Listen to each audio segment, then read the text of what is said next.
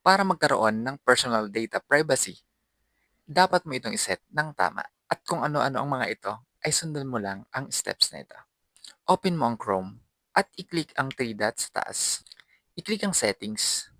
I-click ang Privacy and Security. I-click ang Third-Party Cookies. I-turn on mo ang Block Third-Party Cookies. Reback lang natin. At i-click ang Send at Do Not Track Request. At i-turn on mo lang ang settings na ito para hindi ma-share ang personal data mo sa ibang website. Back ulit natin para makapunta sa site settings. Scroll up mo lang at i-click mo ang site settings. At i-click ang location. At i-turn off mo ito. I-back ulit natin at i-click ang camera. At i-turn off mo rin yan. At i-back ulit natin.